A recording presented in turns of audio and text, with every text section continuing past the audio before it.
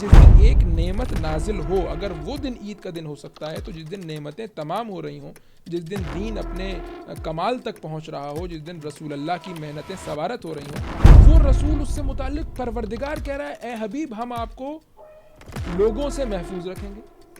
یعنی کیا ڈر ہے رسول کے دل میں، کیا خوف ہے رسول کے دل میں. یعنی یہ جو پورا ایک ایونٹ ہے، کیا یہ اہل سنت ہمارے برادران کی کتابوں میں 1,20,000 میں سے کوئی یہ کھڑا ہو کر کے یا رسول اللہ ہم تو اس سے محبت کرتے ہیں، یعنی کیا یہ ہمیں جو ہے نا صحرا ریگستان میں گرمی کی تپش میں یہاں پر ہمارے پالان شکر لے کے آپ اعلان کر رہے ہیں کہ علی دوست ہیں. چند افراد اگر امیر المومنین سے ناراض تھے تو کیا یہ اہتمام بنتا ہے کہ رسول اللہ پورے عالم اسلام سے آئے ہوئے لوگوں کو آگے نکل گئے، انہیں پیچھے بلاؤ، جو پیچھے رہ گئے انہیں آگے بلاؤ، ایک مقام پر پڑاؤ ڈالو. واضح اور روشن کر کے اس کے بعد بیعت ہوئی.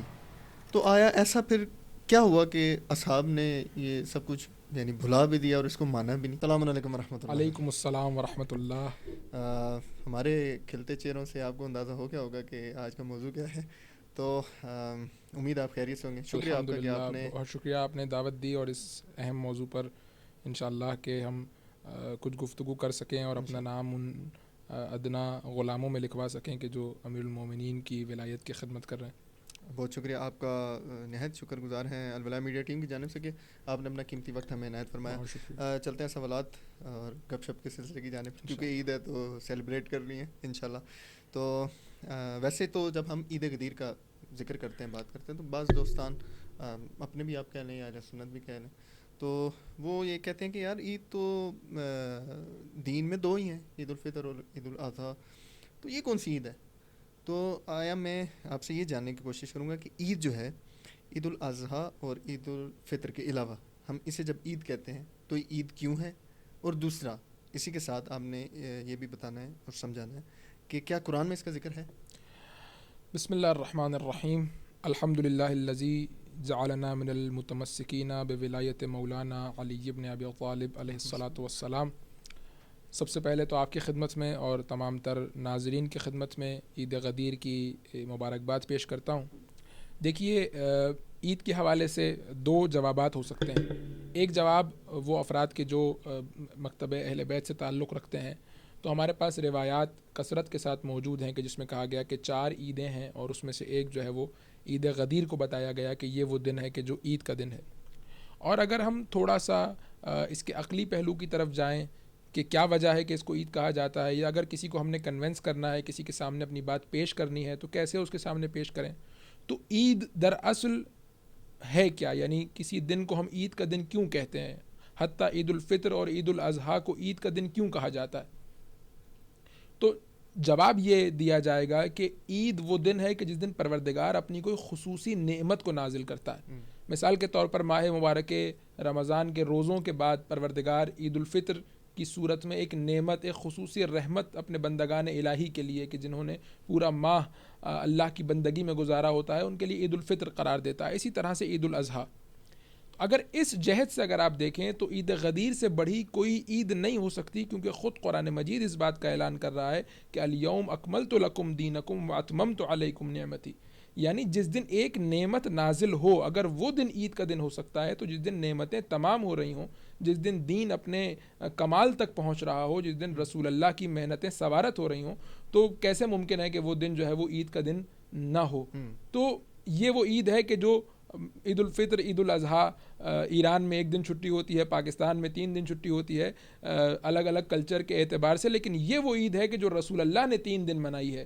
اور 3 دن رسول اللہ نے خم کے میدان میں اس کا اہتمام کیا ہے اور کہا ہے کہ سب آئیں اور علی بن ابی طالب کو مبارکباد پیش کریں. پھر اس کی بھی آفیشلی 3 چھٹیاں ہونی چاہیے. جی آفیشلی اس کی بھی جو ہے وہ 3 چھٹیاں ہونی چاہیے. تو غدیر ایک ایسا اہم موضوع ہے. قرآن مجید کا جہاں تک تعلق ہے تو 2 آیتوں سے متعلق تقریباً اجماع پایا جاتا ہے کہ یہ 2 آیتیں غدیر کے موقع پر جو ہے وہ نازل ہوئی ہیں. ایک اعلان غدیر سے پہلے، ایک اعلان غدیر کے بعد. اعلان غدیر سے پہلے کی جو آیت ہے کہ یا ایھا الرسول بلغ ما انزل الیک من ربک فإن لم تفعل فما بلغت رسالتہ واللہ یعصمک من الناس. عجیب آیت ہے. یعنی آپ توجہ فرمائیے کہ اگر آپ مزاج رسالت سے آشنا ہوں، اگر آپ آشنا ہوں کہ رسول اللہ وہ کہ جو تک و تنہا صفا کی پہاڑی پر کھڑا ہو کر کے کہہ رہا ہے کہ قولوا لا الہ الا اللہ تفلحوا، وہ کہ جو پتھروں سے نہیں گھبرا رہا، وہ کہ جو سرداران قریش سے نہیں گھبرا رہا، وہ کہ جو مکہ میں اکیلا تک و تنہا کہہ رہا ہے کہ جو کچھ آسمان کے نیچے ہے سب کچھ میرے ہاتھ پر رکھ دو، اس کے باوجود بھی میں جو ہے وہ اس پیغام رسانی سے قدم پیچھے نہیں ہٹاؤں گا. وہ رسول اس سے متعلق پروردگار کہہ رہا ہے اے حبیب ہم آپ کو لوگوں سے محفوظ رکھیں گے. یعنی کیا ڈر ہے رسول کے دل میں، کیا خوف ہے رسول کے دل میں. یعنی وہ رسول کے جو نہیں گھبرایا جب اکیلا تک و تنہا پیغام رسانی کر رہا تھا، کوئی نہیں تھا ساتھ. یعنی اگر خواتین میں خدیجہ تھی اور مردوں میں ایک امیر المومنین تھے، اس وقت اگر وہ پوری شدت کے ساتھ اپنے پیغام کو پہنچا رہا تھا اور اس معاملے میں کسی قسم کا کوئی اس طرح کا سلسلہ نہیں تھا کہ پیغام کو چھپایا جائے، یا بالکل علل اعلان اپنے پیغام کو پہنچا رہا تھا اور ان کو للکار رہا تھا. آج کے جو 1,20,000 لوگوں کے ساتھ حج کرنے کے لیے آیا ہے، آج اس کو کیا ڈر ہے؟ بدر ہو چکی ہے، احد ہو چکی ہے، فتح مکہ ہو چکی ہے، صلح حدیبیہ ہو چکی ہے، اب سب کچھ اس کے پاس ہے. اب اس کو کیا ڈر ہے کہ پروردگار کہہ رہا ہے.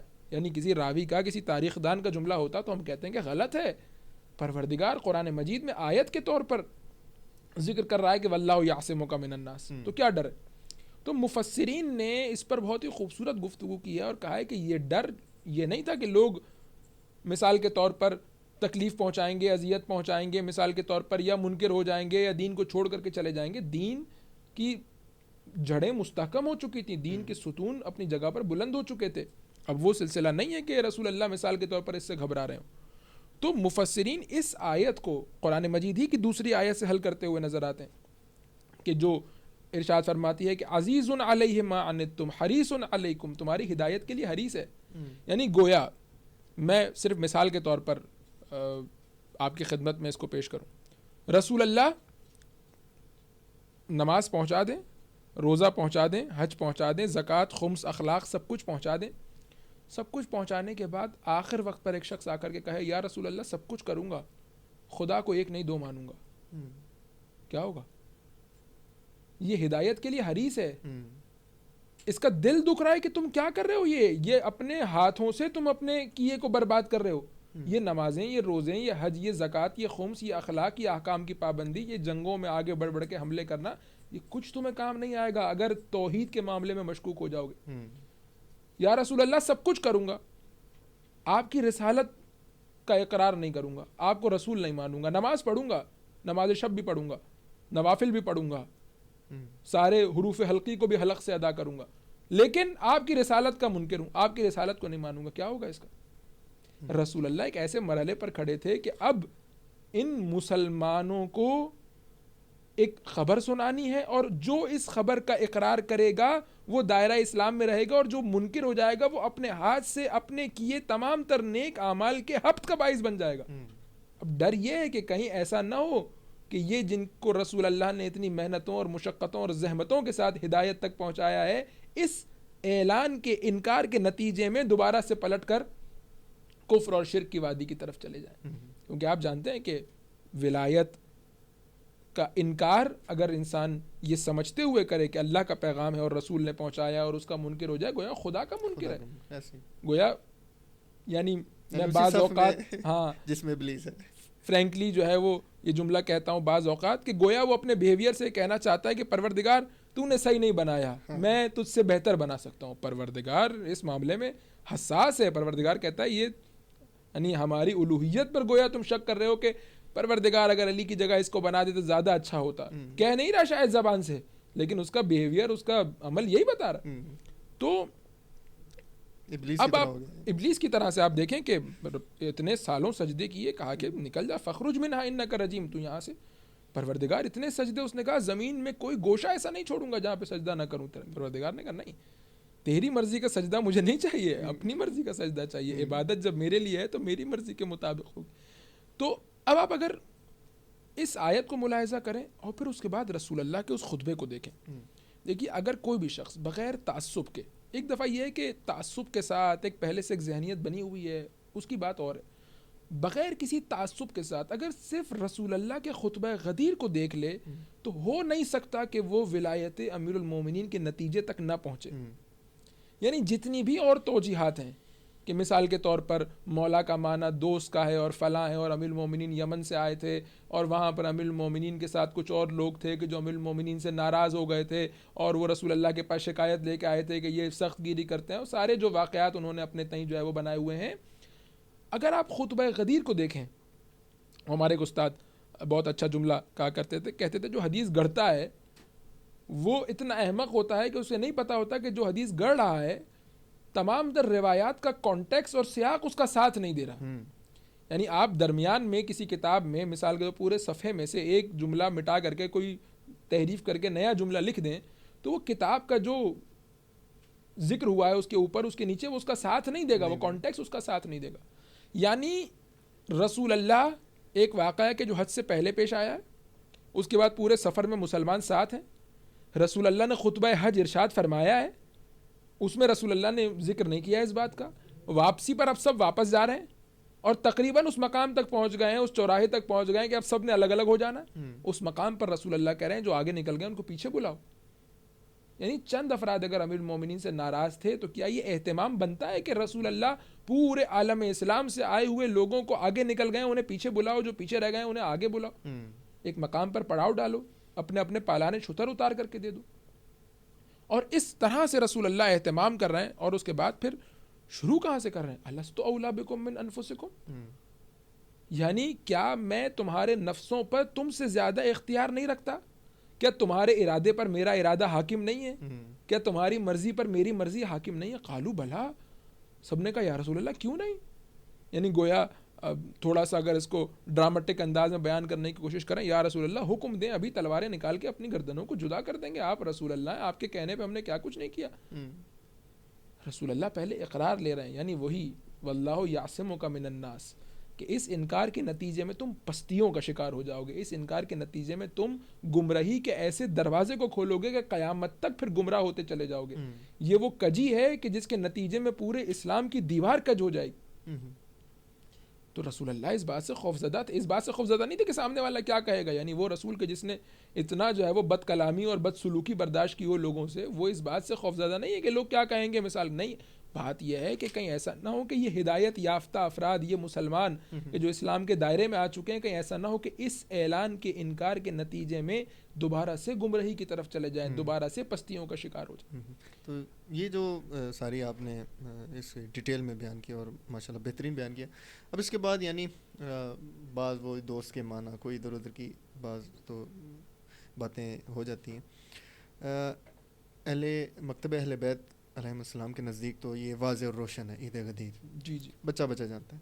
کیا جو اہل سنت کے منابع ہیں ان میں بھی کیا یہ جو غدیر کا ایک ایونٹ ہے، صرف من کنت مولا فاضا علی مولا جو نبی پاک کے زبان مبارک سے جو کلمات ادا ہوئے، یہ تو کسی حد تک یہ بھی یعنی آپ نے بتانا ہے کہ کہاں کہاں موجود ہے. دوسرا یعنی یہ جو پورا ایک ایونٹ ہے، کیا یہ اہل سنت ہمارے برادران کی کتابوں میں بھی موجود ہے؟ دیکھیے اجماعی طور پر یہ ایونٹ موجود ہے. یعنی آپ دیکھیں نا کہ جب کسی چیز کے اصل میں تحریف کی گنجائش ہوتی ہے تو پھر اس کی شرح میں تحریف نہیں کی جاتی. اسی لیے آپ دیکھیں کہ روایات گڑھی جاتی ہیں اور قرآن کی تفسیر بالرائے کی جاتی ہے، چونکہ قرآن کی آیت کو بدلا نہیں جا سکتا تو اس کی تفسیر میں پھر جو ہے کارستانی دکھائی جاتی ہے. تو غدیر کا واقعہ اس طرح سے اجماعی ہے کہ کوئی بھی شخص اس بات کا منکر نہیں ہے کہ رسول اللہ نے یہ کام کیا تھا. کوئی بھی شخص منکر نہیں. کہاں پر آ کر کے مسئلہ پیش آتا ہے کہ اس کا مطلب کیا ہے، اس کا معنی کیا ہے. اور اس معنی کو سمجھنے کے لیے میں نے آپ کی خدمت میں عرض کیا، صرف اور صرف اگر غدیر خم کے خطبہ رسول کو انسان ملاحظہ کر، یعنی آیا کسی بھی ذی شعور اور ذی فہم اور تھوڑا سا انٹلیکٹ رکھنے والا آدمی اس کو سمجھ میں آتا ہے کہ رسول اللہ کچھ لوگوں کی وجہ سے کہ جو امیر المومنین سے ناراض ہیں اس واقعے کو انجام دیں اور اس کے بعد کہیں کہ 3 دن تک پڑاؤ ڈالو، آؤ علی کے ہاتھ پہ بیعت کرو، علی کو مبارکباد دو. خواتین کہاں ہیں؟ خواتین آئیں، ایک برتن رکھا گیا، اس میں پانی ڈالا گیا، ایک طرف امیر المومنین ہاتھ ڈالیں، دوسری طرف خواتین ہاتھ ڈالیں اور بیعت کریں. کیا یہ یعنی بنتا ہوا نظر آتا ہے؟ کیا آپ کی تفسیر کے مطابق یہ غدیر خم کے واقعے کی جو تفصیلات ہیں، کیا یہ پزل آپ کو مکمل ہوتا ہوا نظر آتا ہے، یا یہ ایک ٹکڑا جو آپ اپنی مرضی کا لگا رہے ہیں اس سے یہ پوری تصویر بے ڈھنگی ہو جائے گی؟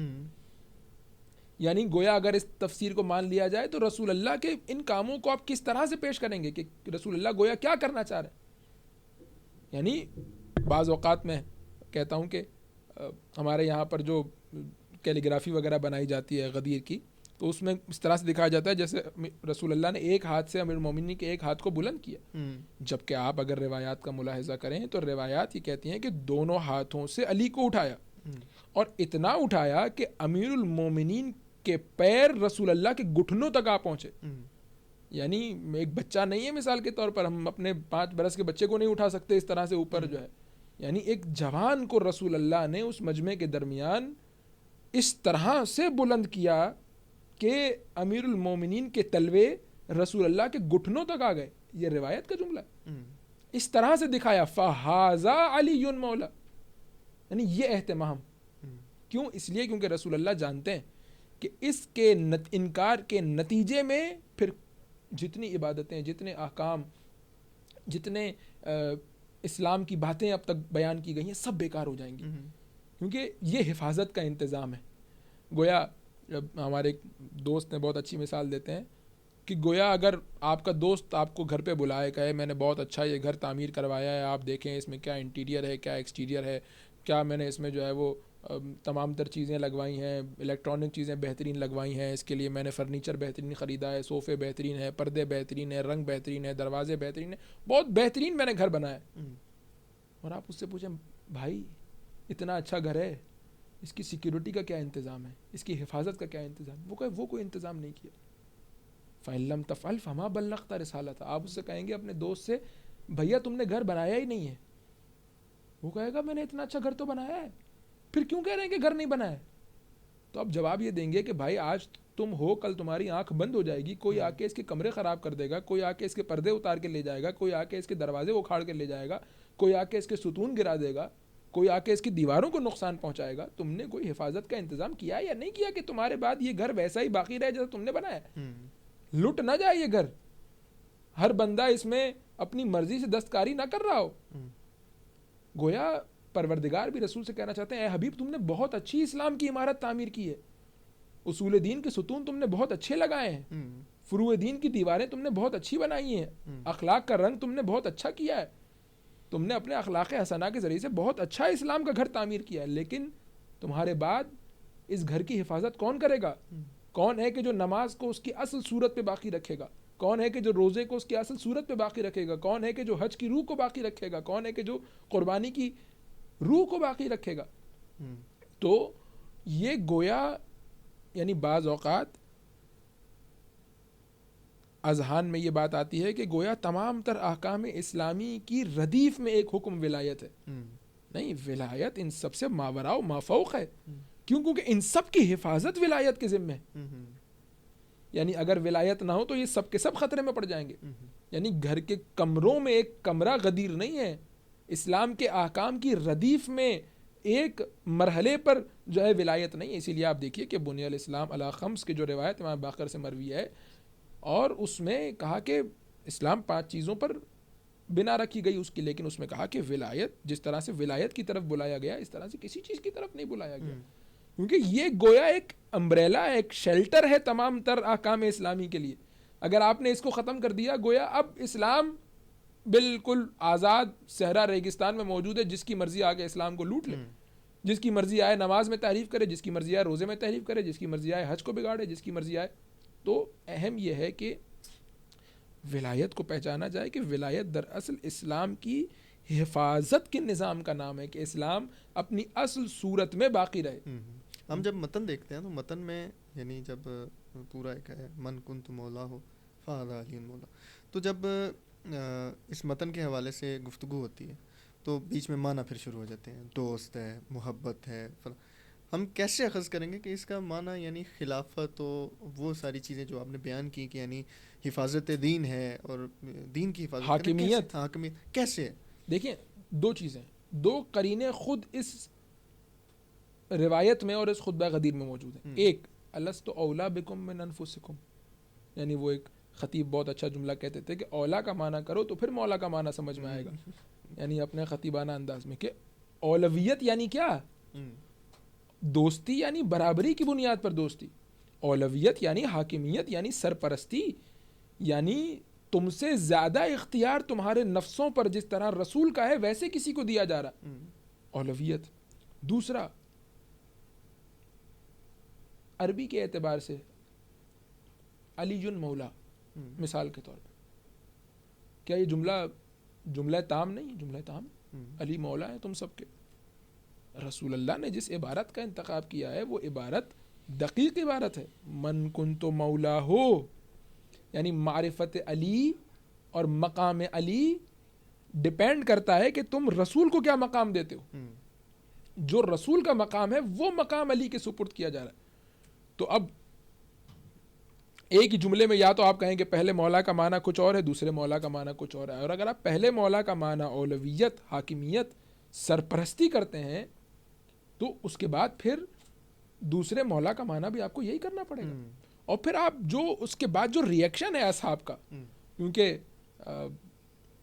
بعض اوقات جو ہے وہ یہ جملہ کہا کرتا ہوں کہ شاید بعد میں آنے والے مورخین زیادہ ہوشیار تھے اصحاب سے، کہ اصحاب کو نہیں پتا تھا کہ مولا کے معنی میں، ورنہ 1,20,000 میں سے کوئی یہ کھڑا ہو کر کے یا رسول اللہ ہم تو اس سے محبت کرتے ہیں، یعنی کیا یہ ہمیں جو ہے نا صحرا ریگستان میں گرمی کی تپش میں یہاں پر ہمارے پالانے شتر لے کے آپ اعلان کر رہے ہیں کہ علی دوست ہیں، یعنی کوئی ایک تو بندہ، کوئی ایک روایت، اور اس کے بعد پھر رسول اللہ کہہ رہے ہیں آؤ مبارکباد دو، بخن بخن یا علی، آج کے بعد سے آپ میرے مولا ہے، مولا یا کل مؤمن و مؤمنۃ، ہر مومن اور مومنہ کے مولا۔ تو یہ کون کہہ رہا ہے؟ یہ حضرت عمر کہہ رہے ہیں مثال کے طور پہ۔ بیعت کا سلسلہ ہو رہا ہے، سب آ رہے ہیں بیعت کر رہے ہیں، یعنی یہ اہتمام آیا اس معنی کے ساتھ سازگار ہے یا نہیں ہے؟ یہ اہتمام اس معنی کے ساتھ سازگار ہے یا نہیں ہے؟ تو اگر کوئی شخص بغیر تعصب کے خطبہ غدیر ہی کو صرف ملاحظہ کرے تو نتیجتاً اس بات تک پہنچے گا کہ نہیں ہے سازگار۔ اگر آپ دوست کے معنی کریں تو نہیں ہے سازگار، یعنی چند لوگ اگر ناراض ہیں اس کے سبب سے رسول اللہ سب کو جمع کر رہے ہیں، کہہ رہے ہیں جو آگے چلے گئے ان کو پیچھے بلاؤ، جو پیچھے رہ گئے ان کو، تو اس کے ساتھ سازگار نہیں ہے، یعنی نتیجہ نہیں نکلے گا جو آپ چاہ رہے ہیں وہ اس کانٹیکس سے برآمد نہیں ہوگا۔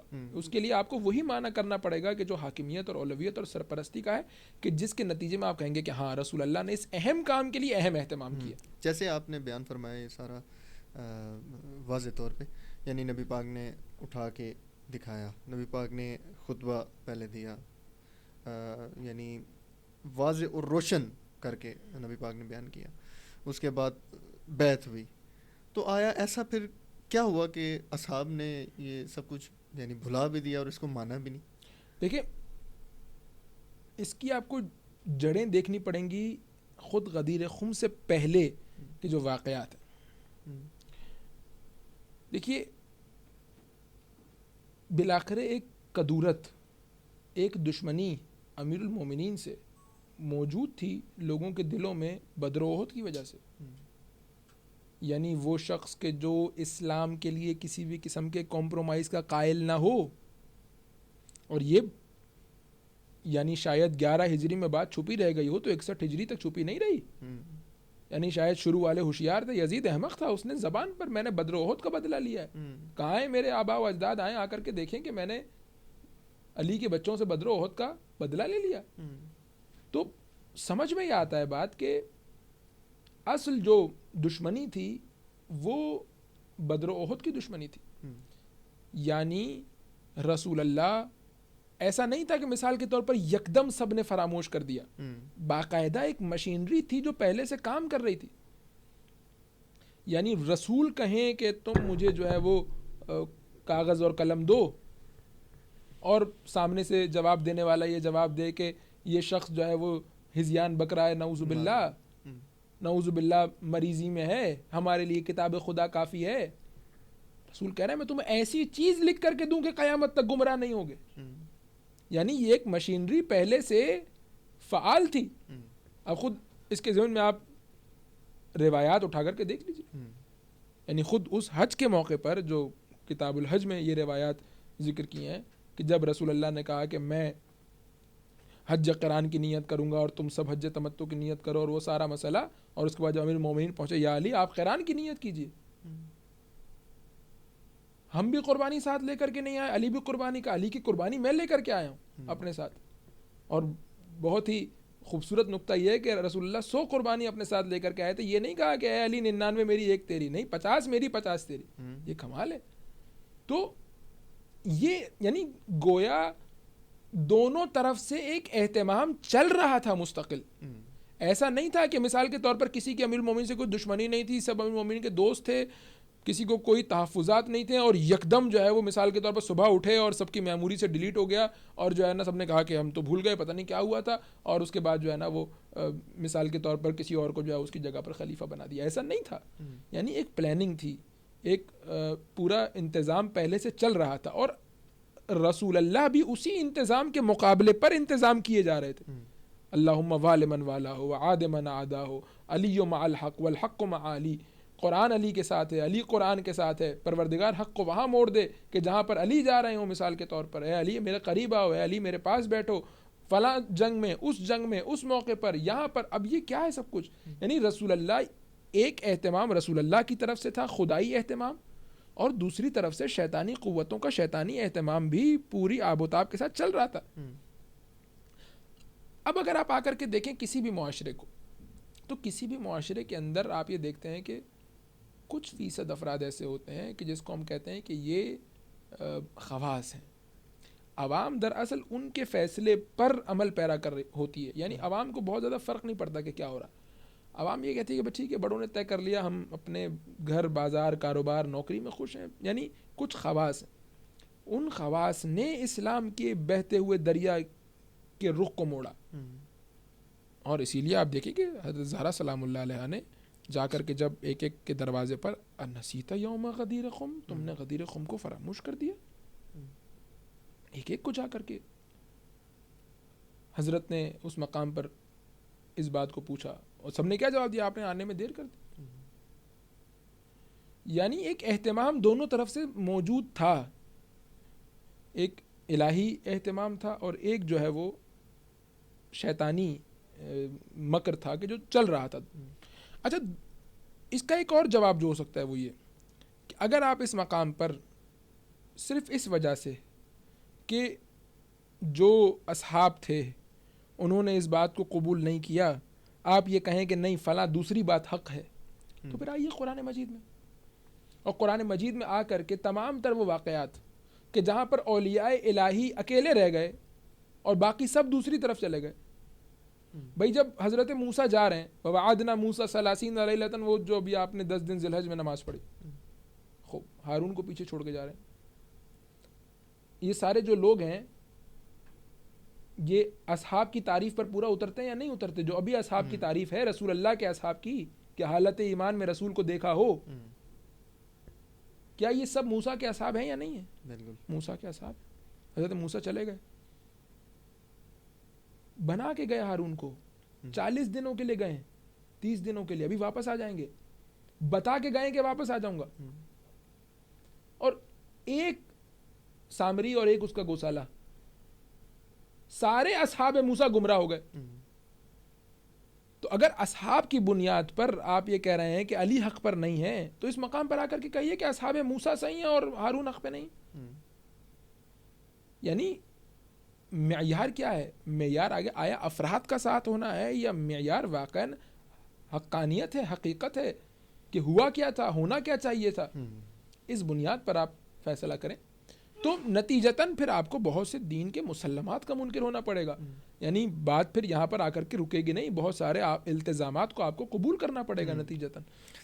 تو جیسے بخاری میں بھی ہے کہ حضرت سعد بن نبی وقاص سے کسی نے کہا کہ مولا علیہ السلام پہ سب کرو, تو اس نے کہا جی کہ یہ 3 فضیلتیں اگر میں نے نہ دیکھی ہوتی, اس میں سے ایک غدیر تھی, ایک مبالہ تھی, ایک وہ جو بستر پہ سو گیا. تو ویسے اور بھی ایونٹس بہت ہیں, مبالہ بھی ہے, حدیث منزلت بھی ہے. تو ان ایام کو اس طرح عید نہیں منایا جاتا, غدیر کو ایز اے خاص کیوں اتنا بڑھ چڑھ کے منایا جاتا ہے عید؟ نمبر 1. نمبر 2, اس عید غدیر کو کیسے منانا چاہیے؟ دیکھیے غدیر جس طرح سے ہے نا کہ مثال کے طور پر بہت سے دن ہیں جو خود استاد شہید پروفیسر سید سبت جعفر زیدی کے پروردگار ان کی روح پر اپنی رحمتوں کو نازل کریں. تو کہتے تھے کہ بہت سے دن ہیں عید کے، غدیر پھر غدیر ہے. تو خود قرآن مجید الیوم اکملت لکم دینکم واتممت علیکم نعمتی، یعنی آج میرے لیے سب سے بڑا فخر کیا ہے کہ میں رسول اللہ کا امتی ہوں، میں مسلمان ہوں، اور یہ جس دین پر میں عمل کر رہا ہوں وہ دین جس دن مکمل ہو رہا ہے. میں مثال آپ کے سامنے ایک پیش کروں.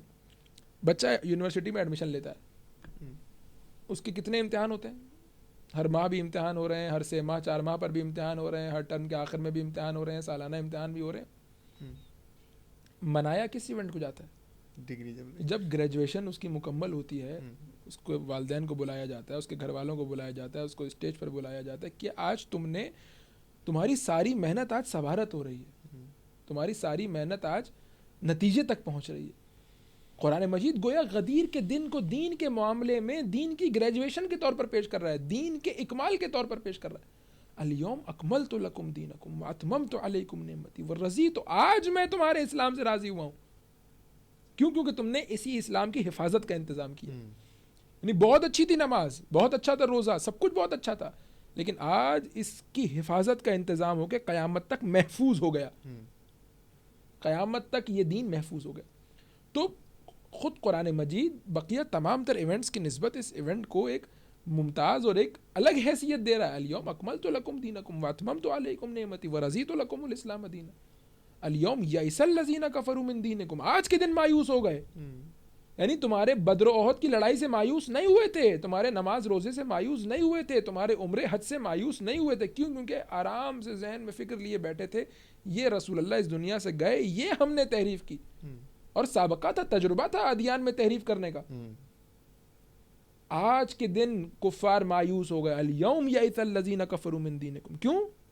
کیونکہ اب تم نے حفاظت کا انتظام کر لیا. اب یہ دین رسول اللہ جیسے کسی کے سپرد ہو گیا. اب یہ پرچم اس کا علمدار مشخص اور معین ہو گیا کہ اسلام کا پرچم کس کے پاس جانا ہے. تو ایک تو خود ممتاز حیثیت اس کی. دوسرا اگر آپ توجہ فرمائیں خود روایات کے اندر، یعنی کسی دن کا ایسا اہتمام نہیں ہے جیسا غدیر کا اہتمام. 1,00,000 انبیاء کو کھانا کھلانے کے برابر ہے اطعام غدیر. یعنی آپ تصور کریں 1,00,000 انبیاء کو کھانا کھلانے کے برابر. آپ جو روایات اٹھا کر کے دیکھیں، اس دن نئے کپڑے پہنو، اس دن خوشبو لگاؤ، اس دن اپنے بچوں کو تحفہ دو، فلاں یہ وہ. اگر کوئی نیا جوڑا تم نے خریدا ہوا ہے، پہننا چاہتے ہو، آغاز کرنا چاہتے ہو، غدیر کے دن سے آغاز کرو. یعنی ایک عجیب اہتمام ہے. اب مومنین کو اطعام کرواؤ، مومنین کو کھانا کھلاؤ، افطار کا اہتمام کرو، اس دن روزہ رکھو. یعنی ایسا لگتا ہے گویا ایک ایونٹ کے طور پر اسلام اس کو پیش کرنا چاہتا ہے تاکہ بھلایا نہ جائے. دوسری بات جس کی طرف آپ نے اشارہ کیا، دیکھیے ایک حد تک افسوس کے ساتھ کہنا پڑتا ہے کہ ہمارے معاشرے کے اندر وہ مقام کہ جو مثال کے طور پر 13 رجب کا ہے، 3 شعبان کا ہے، 15 شعبان کا ہے، وہ نہیں ہے غدیر کا. جبکہ غدیر کا سب سے زیادہ اہتمام ہونا چاہیے. غدیر یعنی سب سے بڑی عید اللہ الاکبر. یعنی غدیر پر ایسا اہتمام، ایسا انتظام ہو کہ آپ کا بچہ پورے سال غدیر کا انتظار کرے کہ غدیر کس دن آئے گی. اگر آپ کے گھر میں مثال کے طور پر سال میں 1 دفعہ آپ کے اندر سخت ہے گوشت بنانے کی، تو غدیر کے دن بنائیے. 1 جوڑا اگر آپ نے بچے کو دلانا ہے سال میں، آپ کی اتنی سخت ہے تو آپ غدیر کے دن دلائیے. یعنی 1 دن اگر آپ مومنین کو کھانا کھلا سکتے ہیں تو غدیر کے دن کھلائیے. یعنی اس دن پر کسی قسم کا کوئی کمپرومائز نہیں ہونا چاہیے. یعنی ایسا لگے کہ جو ہے عید کا موقع ہے، ایسا لگے کہ کچھ منفرد ہے اس دن میں. ہمارے معاشرے کے اندر افسوس کے ساتھ کہنا پڑتا ہے کہ بعض جگہوں پر حتیٰ محرم کی تیاریاں بہت پہلے سے شروع ہو جاتی ہیں. درست ہے، محرم کی عظمت اپنی مقام پر ہے، اور عزاداری سید الشہداء کا کوئی بدل نہیں ہے. ہرچہ داری مز محرم و سفر داری، امام خمینی نے فرمایا، ہماری شہرگ حیات بقول شہید حسینی کے. لیکن اس اہتمام کو، اس انتظام کو تھوڑا ملتوی کرنا چاہیے. غدیر کے بعد اس کو شروع کرنا چاہیے. غدیر یعنی خوشی. آپ دیکھیے کہ ائمہ علیہم الصلوۃ والسلام نے روایات میں شیعتنا خلقوا من فاضل طینتنا یفرحون لفرحنا ویحزنون لحزننا، جس طرح حزن میں محزون ہونا شیعہ کی علامت ہے، اسی طرح سے ان کی خوشی میں خوش ہونا شیعہ کی علامت. حتیٰ اب وہ روایت کامل الزیارات کی جا کر کے دیکھیں گے جس میں وہ شخص آیا مولا کے پاس، مولا میں عراق کا رہنے والا ہوں. مولا نے کہا ہمارے جد کی زیارت کے لیے جاتے ہو نہیں جاتے ہو؟ ساری روایت مفصل. اس مقام پر اس نے کہا کہ مولا نہیں میں جا نہیں پاتا، لیکن میں حسین کو یاد کرتا ہوں. میں جب حسین کو یاد کرتا ہوں تو جزا کرتا ہوں، ایک گریے کی کیفیت مجھ پر طاری ہوتی ہے. امام نے فوراً آگے جو جملہ ارشاد فرمایا، ہاں اب تم ہمارے شیعہ ہو. کیوں؟ کیونکہ شیعہ وہ ہے جو ہمارے غم میں غمگین ہو، ہماری خوشی میں خوش. یعنی یہ لازم یعنی صرف غم میں غمگین ہونا یہ ادھوری علامت، مکمل ہو تب ہوگی علامت کہ جب خوشی میں خوش. غدیر کا انتظام اہتمام ایسا ہونا چاہیے کہ کم از کم شیعہ محلوں میں، شیعہ علاقوں میں، شیعہ آبادیوں کے اندر یعنی سب یہ کہتے ہوئے نظر آئیں کہ آج کوئی منفرد دن ہے، آج کوئی الگ سے کوئی بات ہے کہ جو اتنا انتظام اہتمام ہے. اور یعنی جو کچھ آپ محرم میں بانٹتے ہیں اور جو بانٹنا چاہتے ہیں، جو محرم کے حرمت کی وجہ سے نہیں بانٹ پاتے، آئیے غدیر میں بانٹیے. مثال کے طور پر وہاں محرم کی حرمت ہمیں اجازت نہیں دیتی کہ آئس کریم تقسیم کریں، مثال کے طور پہ آئیے یہاں کے بانٹیے. یعنی وہاں پر ہمیں محرم کی حرمت اجازت نہیں دیتی کہ جو ہے وہ تکہ کھلائیں لوگوں کو، یہاں پر آئیے غدیر پر اس کام کو انجام دیجیے. یعنی اس عید کو عید اللہ الاکبر ہی کی طرح سے منایا جانا چاہیے ہے، اور یہ ہماری رگ رگ کا اور ہمارے گوشت و پوست کا اور ہمارے وجود کا حصہ بن جائے، ہمارے اور ہمارے بچوں کے اور ہمارے گھر والوں کے اور خاندان والوں کے غدیر منانا. آخر میں شیعہ سنی یا نہیں اکراس دی بورڈ ہر یعنی کشادہ روح کے لیے، ہر کشادہ سینے کے لیے غدیر کا شارٹ سا پیغام. دیکھیے غدیر کا پیغام کیا ہے؟ وَاعْتَصِمُوا بِحَبْلِ اللَّهِ جَمِيعًا وَلَا تَفَرَّقُوا. چھوڑ دیجیے ساری باتوں کو. آیا اتحاد کے لیے کسی نقطۂ اتحاد کی ضرورت ہے یا نہیں ہے؟ یہ نقطۂ اتحاد کون ہوگا جسے سب مانتے ہوں؟ ایک شخصیت کو آپ مانتے ہیں، میں نہیں مانتا، ایک کو میں مانتا ہوں، آپ نہیں مانتے، کبھی بھی اتحاد کا محور واقع نہیں. تاریخ اسلام میں رسول اللہ کی ذات گرامی کے بعد کون سی شخصیت ہے جس پر تمام تر مسلمانوں کا اتحاد ہے؟ اس شخصیت کے گرد متحد ہو جائے. علی ابن ابی طالب کے گرد متحد ہو جائے، اس کی ولایت، اس کی محبت کے گرد متحد ہو جائے. آپ بھی مانتے ہیں امیر المومنین کو، ہم بھی مانتے ہیں امیر المومنین کو، آئیے امیر المومنین کی محبت، امیر المومنین کی ولایت کے گرد جمع ہو جائے. یعنی یہ وہ نقطۂ اتحاد بن جائے، یہ وہ وحدت کا محور بن جائے کہ جس پہ پھر کوئی دو رائے نہ ہو، سب امیر المومنین کی محبت پر یکجا ہو جائے. اور یہی ہماری دنیا میں بھی نجات کا باعث ہے اور آخرت میں بھی ہماری سعادت کا باعث ہے. ایک صرف آپ کے سامنے روایت پیش کرنا چاہتا ہوں کہ روایت کہتی ہے کہ ایک دن شدید گرمی میں آئے امیر المومنین کے دروازے پر، دستک دی دروازے کو. تو امیر المومنین نے دروازہ کھولا، کیا ہو گیا؟ کوئی ضروری کام ہے؟ اتنی گرمی میں دن کے وقت اتنی دور سے آئے ہو، کیا ہو گیا؟ خیریت؟ کوئی ہمارے اپنی زبان میں کہوں تو کوئی ضروری کام ہے، کیا ہو گیا؟ کوئی ایمرجنسی ہے؟ تو کہنا ہے یا علی کوئی ایمرجنسی نہیں ہے. کیوں آئے ہو؟ کہ ایک بات کہنے کے لیے آیا ہوں. اور کیا بات ہے؟ کہ انی احبک، میں تم سے محبت کرتا ہوں، یہ کہنے کے لیے آیا. اور پھر امیر المومنین نے پھر وہ جملہ اسی روایت کے آخر میں کہ یا ہار و حمدان من یمت یرنی، اسی کے آخر میں ارشاد فرمایا.